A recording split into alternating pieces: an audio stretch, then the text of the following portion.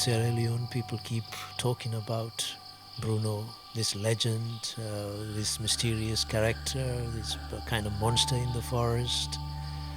But for me, it was more like my son.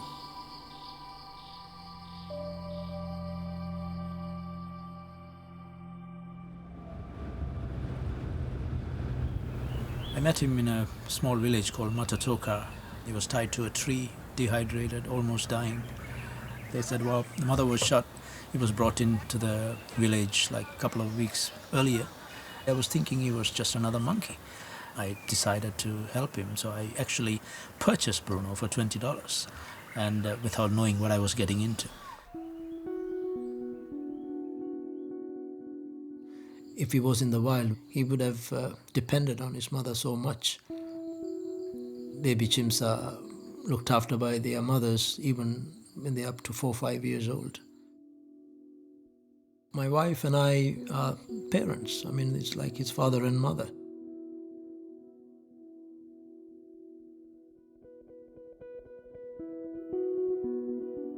I think probably sometimes he looked at us as maybe chimps, or maybe he looked at himself as a human. We don't know which way.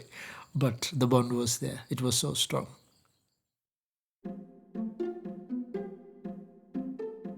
He was extremely intelligent, things you wouldn't imagine that he could do in the house. And just by looking and learning, he learned skills. He knew where to go, what to get, how to get, everything. He taught himself even to flush the toilets after going for a wee. So he was trying to adapt to our environment. Sure, he liked the good life. Anything he needed was there. It's not like in the bush, he had to go look for things.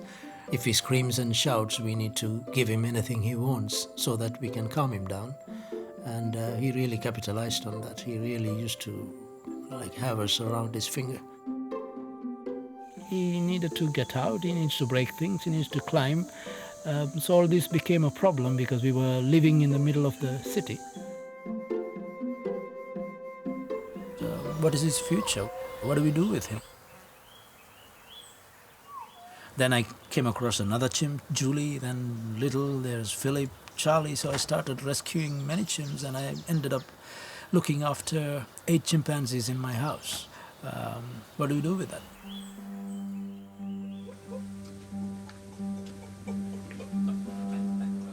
I was an accountant. I didn't even think along those lines that I'm going to start a sanctuary. I was, to be very frank, running away from the problem, passing the bucket to someone else. So we sold the idea to the European Union at that time, and they were able to give us some seed money, with the condition that since I had so much inspiration about this, that I have to run the project for the first year before I hand over or whatever. So I turned around from my career being an accountant and became the founder of Tacugama Chimpanzee Sanctuary, and that is how the whole thing started.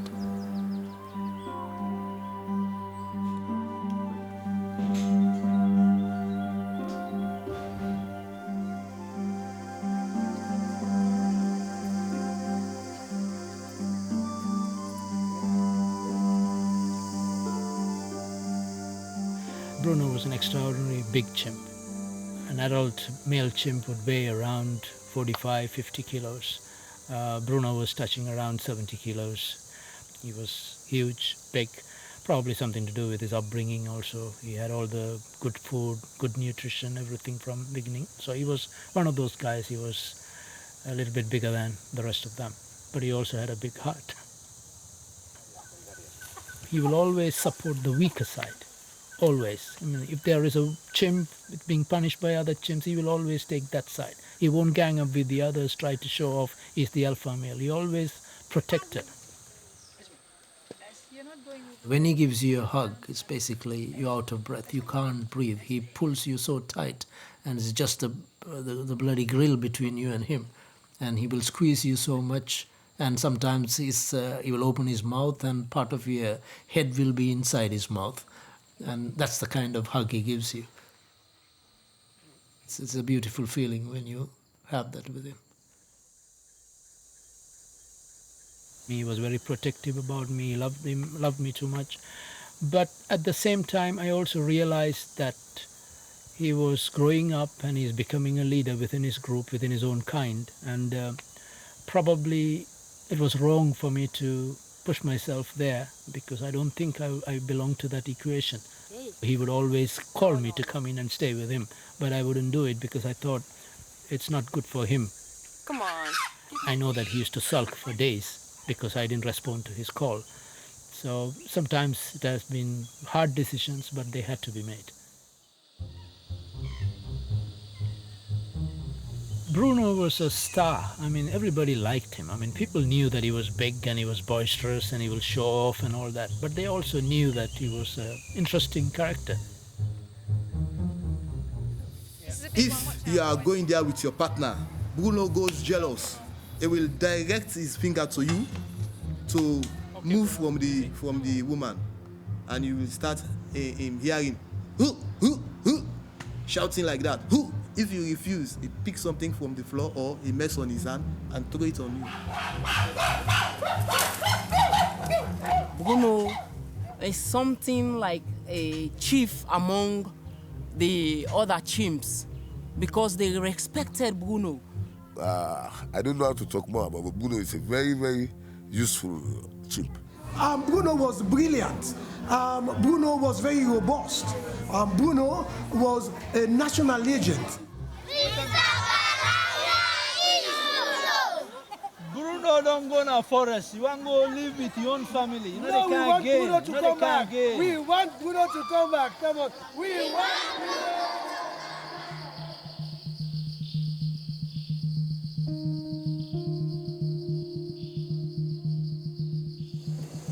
We are working with an extremely intelligent species. Some of the chimps, I think over the years, they've been carefully watching the locking mechanisms on our service gates and slides. It is only after the escape incident we realized that they've been using a lot of tools to dig out one of the timber frames which was holding one of the slides, and also we saw a big rock and a broken padlock. I know what happened was it was an accident, and I know that as a chimp he needed to defend his group, and that's what he did. It was humans, it was our fault to go and bring these chimps into our midst and keep them in towns and villages. Every single chimp at Tacugama, the mother was killed by a human. Shot, and in front of their eyes they were taken away from the mother. This is something we can't forget, and I don't think we are intelligent enough to say they would have forgotten about that. Maybe they remember that. We have looked after him, and I think we've cared for them, and we feel that he was very comfortable, but again, we never know. We cannot speak for them. Once he got out and started feeling that freedom, probably he chose. Maybe he thought, maybe this is what I want. At the age of 5-6 years, baby chimps begin to go away from their mothers. That's the time they begin to go and visit friends. Just like you do. Bruno inspired me to do this, but the work is not finished. I don't think a day passes without I thinking about him. In fact, even when I'm simply as driving up to Tacugama, I think, is anything moved or a little shadow, or it can be a kind of a termite mound in the bush or something, anything look like a silhouette or looking like someone sitting, I'm always stopping, coming down, having a look. It is always with a hope. One day he's turning up. You want to see?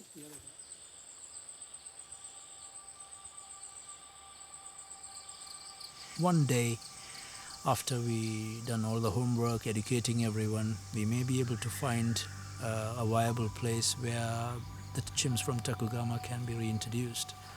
The future we thought he would have, I think he's already having it, and I think that's a very satisfying way of looking at it, and that's the way I deal with this problem of the whole Bruno thing, Bruno going away. He is where he should be. He shouldn't have been taken out of that forest. I know these chimps, we have no business, humans, going to get them out of that place.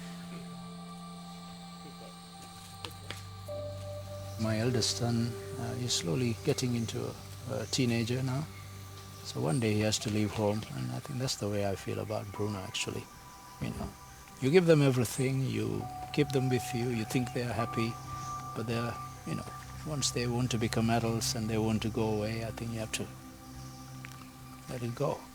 And that's what happened.